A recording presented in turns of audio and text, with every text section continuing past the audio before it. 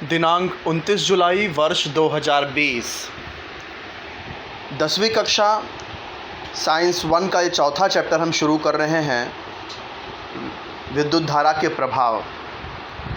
आज एक और खुशखबरी सुनने में आई कि सेठ DM high school Borivali east में जो 10वीं कक्षा का परिणाम है वह 100% जो है निकला हुआ है रिज़ल्ट।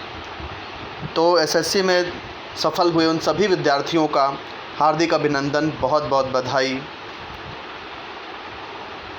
तो इसी खुशखबरी के साथ आइए शुरू करते हैं अपना ये चौथा चैप्टर। इसमें देखिए, सबसे पहले तो ये जो थोड़ा याद कीजिए दिया हुआ है, इसमें 2 प्रश्न पूछे हैं। ये इस वर्ष यानी कि वर्ष 2020 और 21 में ये ओमिट किया गया है, यानी परीक्षा में नहीं पूछा जाएगा। फिर भी इसका उत्तर मैं बता देता हूँ ताकि जानकारी होनी ज़रूरी है। पहला है, हम किस आधार पर निश्चित करते हैं कि पदार्थ विद्युत का सुचालक है या कुचालक है। तो दिए गए पदार्थ में विद्युत धारा का संचालन होगा अथवा नहीं, इसके आधार पर हम निश्चित करते हैं कि पदार्थ सुचालक है अथवा कुचालक है। जिन पदार्थों में विद्युत धारा का संचालन होता है उसमें विद्युत प्रतिरोध बहुत कम होता है और ऐसा पदार्थ ही विद्युत का सुचालक होता है। और जिन पदार्थों में विद्युत प्रतिरोध बहुत अधिक होता है उसमें विद्युत धारा का प्रवाह या तो बिल्कुल नहीं होता या बहुत कम होता है, उन्हें कुचालक कहते हैं। लोहा विद्युत का सुचालक है। दूसरा प्रश्न पूछा गया है, लोहा विद्युत का सुचालक है, लेकिन नीचे गिरे हुए लोहे के टुकड़े को हाथ से उठाते समय हमें विद्युत झटका क्यों नहीं लगता। तो इसका उत्तर है कि लोहा भले विद्युत का सुचालक है, लेकिन यदि लोहे का टुकड़ा किसी विद्युत स्रोत से जुड़ा हुआ नहीं होगा तो उसमें विद्युत धारा प्रवाहित नहीं होगी। और ऐसी स्थिति में यदि उस लोहे को हाथ में उठाया जाए तो विद्युत झटका नहीं लगता है।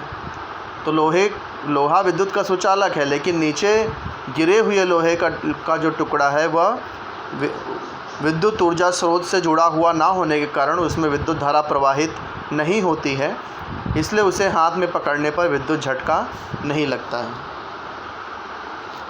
फिर ये जो 4 लाइनें हैं, पिछली कक्षा में हमने स्थिर विद्युत का अध्ययन किया है, ये इस बार इसके बारे में नहीं पढ़ना, ये भी ओमिटेड है। तो इस चैप्टर में हम लोग करने क्या वाले हैं, विद्युत तार से प्रवाहित विद्युत धारा, विद्युत प्रतिरोध में से प्रवाहित विद्युत धारा, विद्युत प्रेरण, विद्युत मोटर, विद्युत जनित्र, इसके बारे में हम लोग इस पाठ में पढ़ने वाले हैं। निरीक्षण कीजिए और चर्चा कीजिए, ये पूरा भी ओमिट किया गया है, परीक्षा में नहीं पूछा जाएगा, फिर भी मैं चर्चा किए दे रहा हूँ जानकारी के लिए। नीचे दिए गए चित्र में आपको क्या दिख रहा है, तो नीचे दिए गए चित्र में लैंप दिख रहा है, लैंप है, टीवी है, कंप्यूटर है, यहाँ पर विद्युत पंखा है, विद्युत घंटी है। तो ये सारी चीज़ें यहाँ पर दिखाई दे रही हैं। फिर अगला प्रश्न है कि विद्युत धारा के कौन कौन से प्रभाव आपको विदित हो रहे हैं, कौन कौन से प्रभाव पता चल रहे हैं यहाँ पर। तो इसमें विद्युत धारा का ऊष्मीय प्रभाव पैदा हो रहा है। यहाँ पर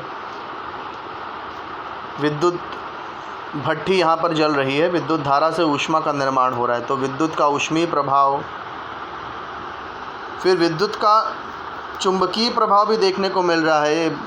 ये स्विच ऑन करने पर यहाँ चुंबकीय क्षेत्र का निर्माण होता है, तो चुंबकीय प्रभाव भी नज़र आ रहा है।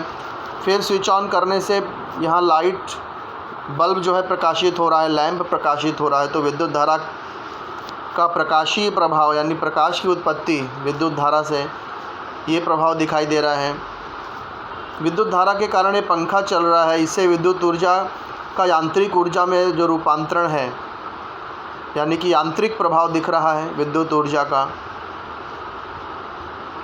फिर ये जो विद्युत घंटी है, इसमें विद्युत धारा का चुंबकीय प्रभाव दिख रहा है और उसके कारण यहाँ यांत्रिक ऊर्जा में ये जो विद्युत ऊर्जा है वह यांत्रिक ऊर्जा में परिवर्तित हो रही है और वही आंतरिक ऊर्जा फिर ध्वनि ऊर्जा में परिवर्तित हो रही है। तो ये सारे विद्युत धारा के प्रभाव यहाँ दिख रहे हैं।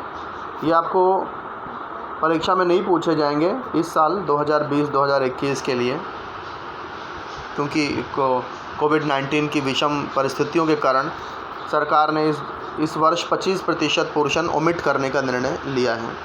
तो अब आइए आगे बढ़ते हैं। विद्युत परिपथ में ऊर्जा का स्थानांतरण यानी energy transfer in an electric circuit. तो इलेक्ट्रिक सर्किट कहते हैं किसको है? इलेक्ट्रिक सर्किट में देखिए एक ऊर्जा स्रोत होता है, जैसे कि यहाँ बैटरी है, फिर ये तार के सहारे यहाँ पर प्लग कुंजी यानी स्विच कनेक्ट की गई है, ये प्रतिरोध जोड़ा गया है, ये अमीटर जो विद्युत धारा का मापन करता है, प्रतिरोध के सामने यहाँ वोल्ट मीटर जोड़ा गया है जो कि विभवांतर का मापन करता है। तो अब देखिए यहाँ पर ये ऊर्जा का स्रोत है। इस ऊर्जा के स्रोत से होगा क्या? यहाँ पर A से B तक आवेश पहुँचाया जाएगा। आवेश का सिंबल Q होता है। तो यदि Q के बराबर विद्युत आवेश A से B की ओर गया तो इसका मतलब वहाँ पर VAB ये कार्य होगा। A से B के बीच में यहाँ कार्य हो रहा है, तो कार्य यहाँ पर क्या हो जाएगा? VAB। कौन सा कार्य? विद्युत आवेश Q विद्युत आवेश को A से B तक पहुँचाने के लिए किया गया कार्य VAB हो रहा है। तो VAB कार्य है और Q आवेश है।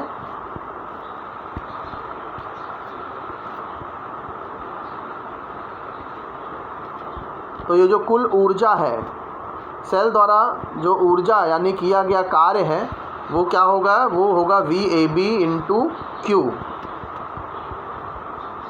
ये वो ऊर्जा है, विद्युत सेल के द्वारा जो ऊर्जा का निर्माण हो रहा है वो है VAB इंटू Q, या इसे कार्य भी कह सकते हैं।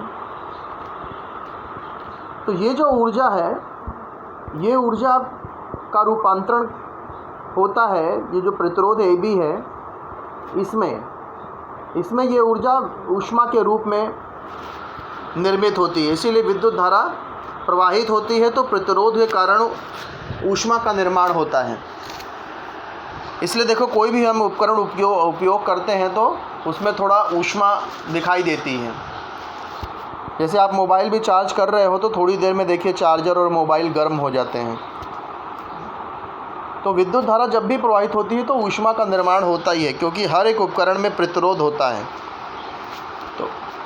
तो ये जो विद्युत ऊर्जा का स्रोत होता है, इसकी जो ऊर्जा है वो जब प्रतिरोध से प्रवाहित होती है, किसी उपकरण, हर एक चालक में प्रतिरोध होता ही है, तो उस चालक के प्रतिरोध से जब प्रवाहित होती है तो ये जो विद्युत ऊर्जा है ये ऊष्मीय ऊर्जा में रूपांतरित हो जाती है। तो यहाँ पर दो चीज़ें हैं, एक तो विद्युत शक्ति, दूसरा ऊष्मा। तो अब हम यहाँ विद्युत शक्ति के बारे में पढ़ेंगे। देखो पावर, शक्ति का सूत्र क्या है? Power is equal to work upon time.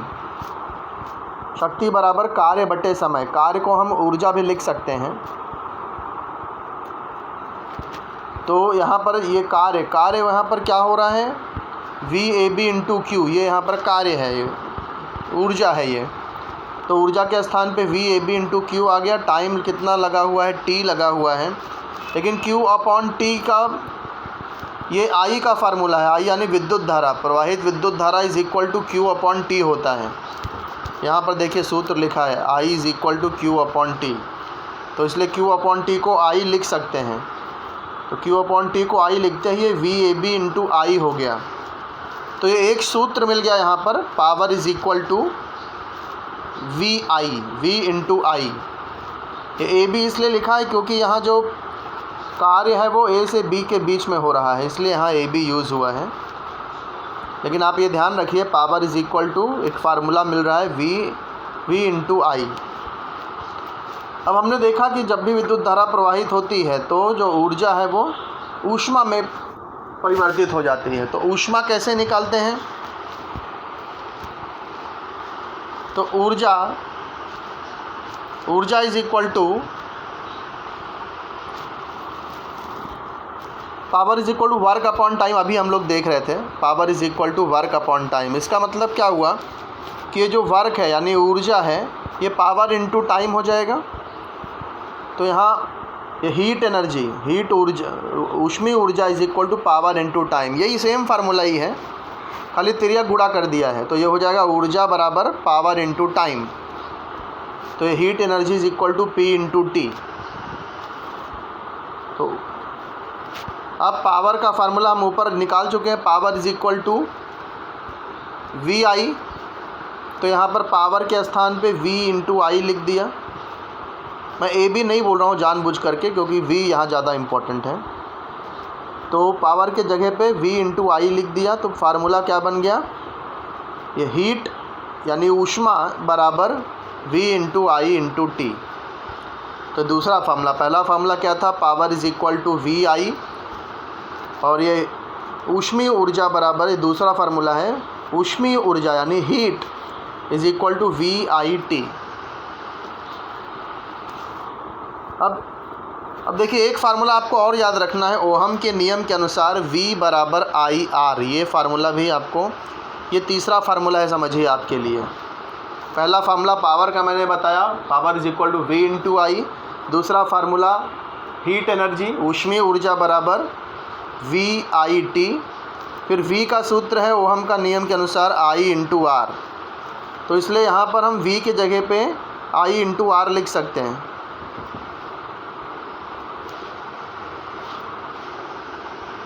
तो यहाँ पर देखिए हीट, ये आई और टी वैसे ही है, आई और टी, सिर्फ ये V के स्थान पर I इंटू आर आ गया है। तो ये फार्मूला क्या बन जाएगा? Heat is equal to I square R T. तो ये फार्मूला है heat is equal to I square R T. और इसी फार्मूले को जूल का नियम भी कहते हैं। यानी जूल ने कहा था कि किसी भी चालक में जो उत्पन्न ऊष्मा है, विद्युत धारा के कारण चालक में उत्पन्न ऊष्मा, ये विद्युत धारा के वर्ग के, प्रतिरोध के और समय, इन तीनों के गुणनफल के समानुपाती होती है। ये जूल का ऊष्मा संबंधी नियम है, H is equal to I square R T. विद्युत शक्ति की इकाई क्या होती है? विद्युत शक्ति की इकाई देखो फार्मूले से ही निकालते हैं। यहाँ पर देखिए शक्ति का फार्मूला हमने निकाला था, power is equal to V into I. तो power is equal to V into I. V की इकाई होती है वोल्ट, और आई यानी कि विद्युत धारा की इकाई होती है एम्पियर, वोल्ट और एम्पियर। अब 1 volt is equal to 1 joule upon 1 coulomb.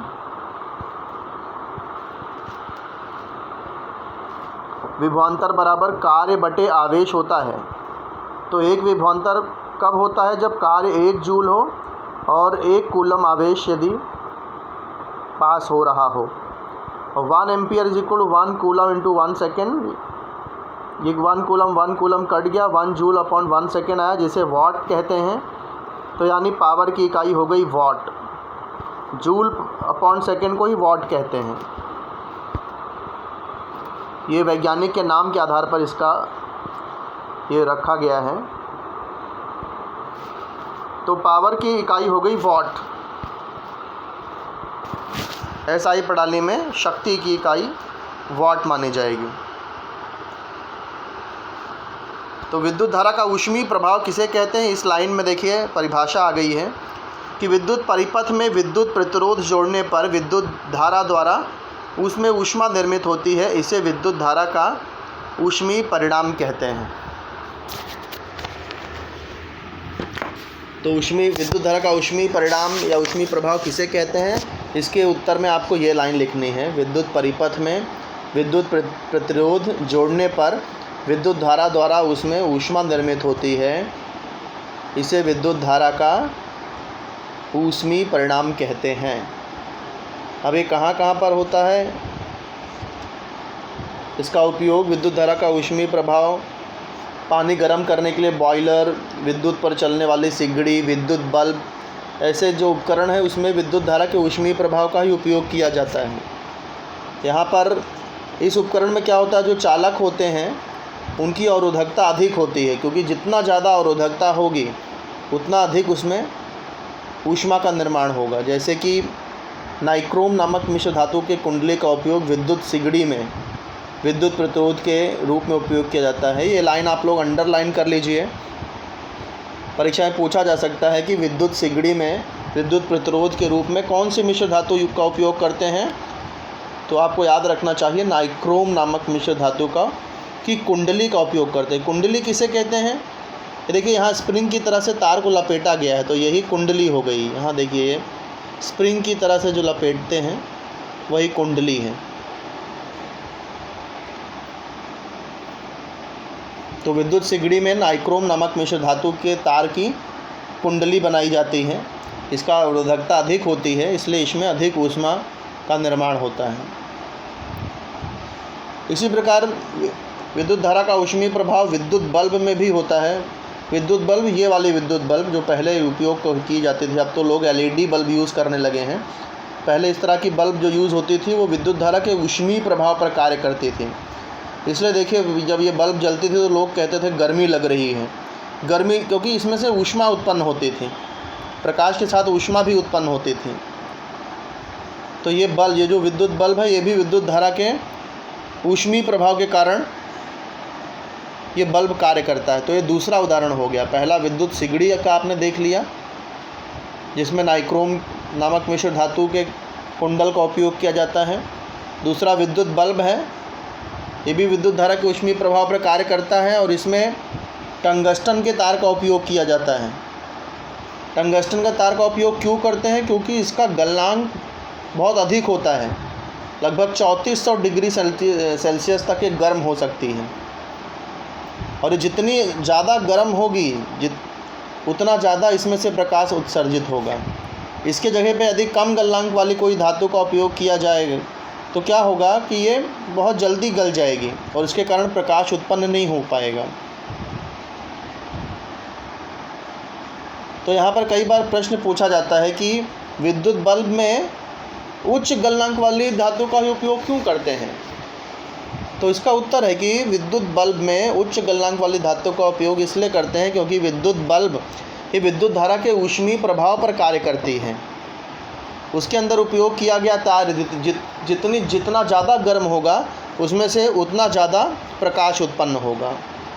तो गलनांक अधिक होने पर यह अधिक क्षमता तक गर्म हो सकता है और अधिक मात्रा में प्रकाश उत्सर्जित कर सकता है। जबकि यदि गलनांक कम होगा तो वह ज़्यादा गर्म नहीं हो पाएगा और इसके कारण उसमें से प्रकाश भी अधिक मात्रा में नहीं मिल पाएगा। यही कारण है कि विद्युत धारा में टंगस्टन जैसे तार का उपयोग किया जाता है जिसका गलनांक बहुत अधिक होता है। फिर ये इसे सदा ध्यान में रखिए, ये ओमिट किया गया है, ये परीक्षा में नहीं है।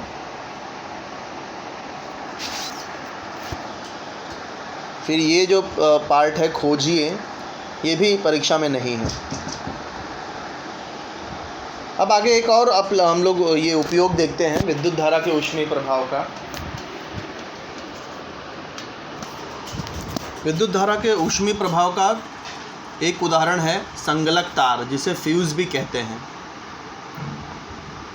अब देखिए होता क्या है कि हमारे घर में जो वायरिंग की गई होती है, जो विद्युत परिपथ होता है, 3 तरह के तार होते हैं।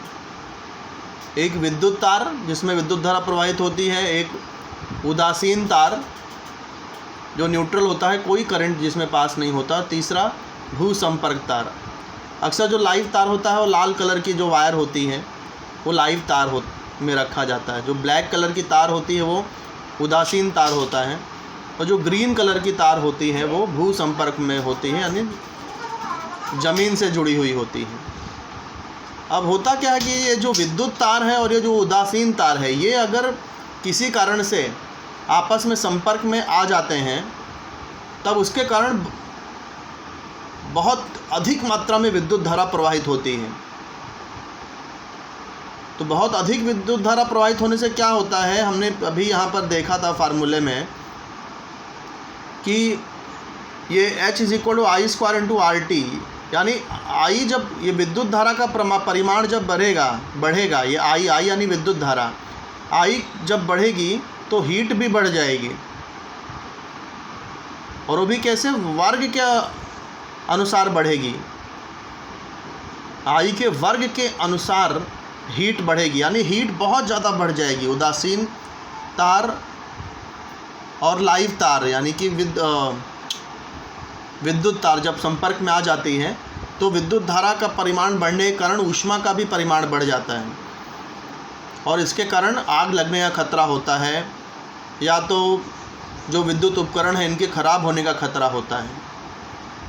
तो इस दुर्घटना से बचने के लिए करते क्या है, संगलक तार का उपयोग किया जाता है। संगलक तार का उपयोग कैसे करते हैं, संगलक तार में कम गलनांक वाले तार का उपयोग किया जाता है।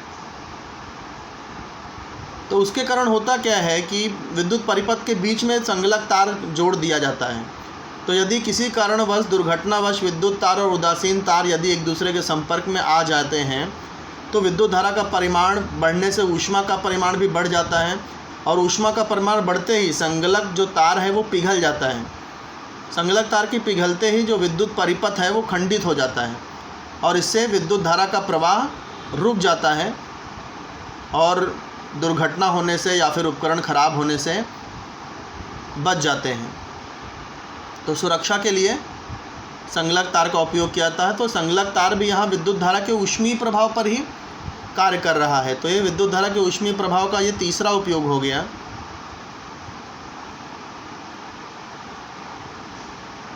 फिर एक अगला कॉन्सेप्ट है अतिभार। अतिभार में और शॉर्ट सर्किट यानी लघु परिपथन, ये जो प्रक्रिया मैं आपको बता रहा था कि विद्युत तार उदासीन तार संपर्क में आते हैं तो विद्युत धारा का परिमाण बढ़ता है, जिसके कारण ऊष्मा का परिमाण भी बढ़ जाता है। इसे शॉर्ट सर्किट कहते हैं या लघु परिपथन भी कहते हैं। और एक दूसरी घटना है जिसे ओवरलोडिंग कहा जाता है, अतिभार। ये अतिभार क्या होता है, जब अक्सर गर्मियों के समय में शाम के समय सायंकाल के समय घर में बल्ब, पंखे, ये वातानुकूलित यंत्र यानी एयर कंडीशन, तो बहुत सारे बड़े बड़े यंत्र, अत्यधिक शक्तिशाली यंत्र एक साथ चलाते हैं। तो वहाँ पर क्या होता है, अधिक शक्ति की आवश्यकता होती है, लेकिन ट्रांसफार्मर में उतनी क्षमता होती नहीं है। तो इसके कारण ट्रांसफार्मर में ओवरलोड होता है, और ओवरलोड संगलक तार यहाँ भी पिघलता है, लेकिन यहाँ पिघलने का कारण है ओवरलोड, क्योंकि एक साथ बहुत सारे यंत्र चला दिए गए। तो ये है अतिभार। तो अतिभार को कैसे टाला जा सकता है, अतिभार को इस तरह से टाला जा सकता है कि जो शक्तिशाली यंत्र हैं उन्हें एक साथ में ना चलाया जाए, एक साथ ना चला करके अतिभार को टाला जा सकता है। अक्सर ये प्रश्न पूछा जाता है कि अतिभार को किस तरह से टाला जाए। तो यहाँ पर विभिन्न उपयोग में लाए जाने वाले विभिन्न संगलक तार के चित्र दिए गए हैं। संगलक तार की जगह पे आजकल MCB का भी उपयोग किया जाता है, जिसमें सिर्फ ये स्विच ऑफ हो जाती है। जैसे ही शॉर्ट सर्किट या अतिभार होता है तो स्विच ऑफ हो जाती है, फिर ऑन करते ही वापस से परिपथ जुड़ जाता है। लेकिन ये इस बार वर्ष 2020-21 में ये पोर्शन में नहीं है, परीक्षा में नहीं पूछा जाएगा। फिर भी जानकारी के लिए आप इसे ध्यान में रखिए।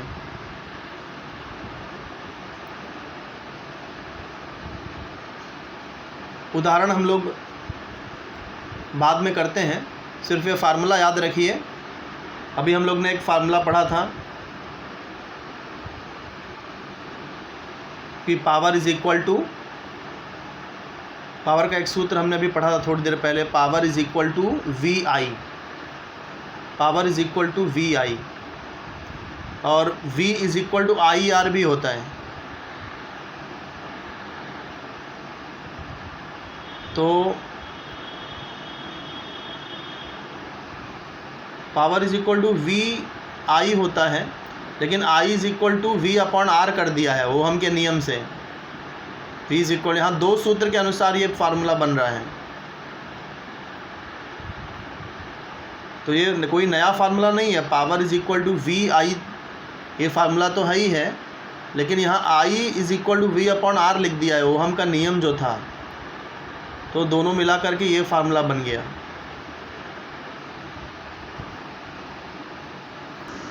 जैसे आप यहाँ समझ लीजिए, हमने फार्मूला क्या सीखा था, power is equal to V into I, और ओहम के नियम से हमने ये भी फार्मूला सीखा है V is equal to I are.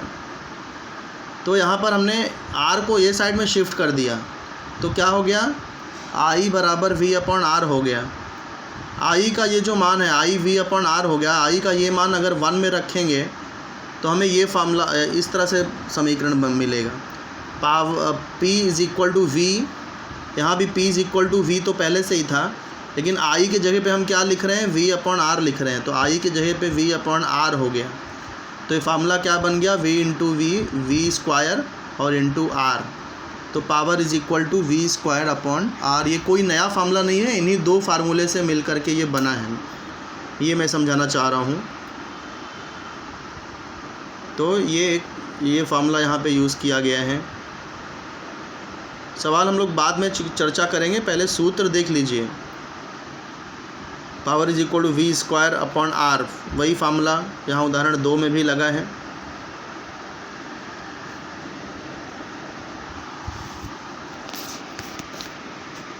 फिर उदाहरण 3,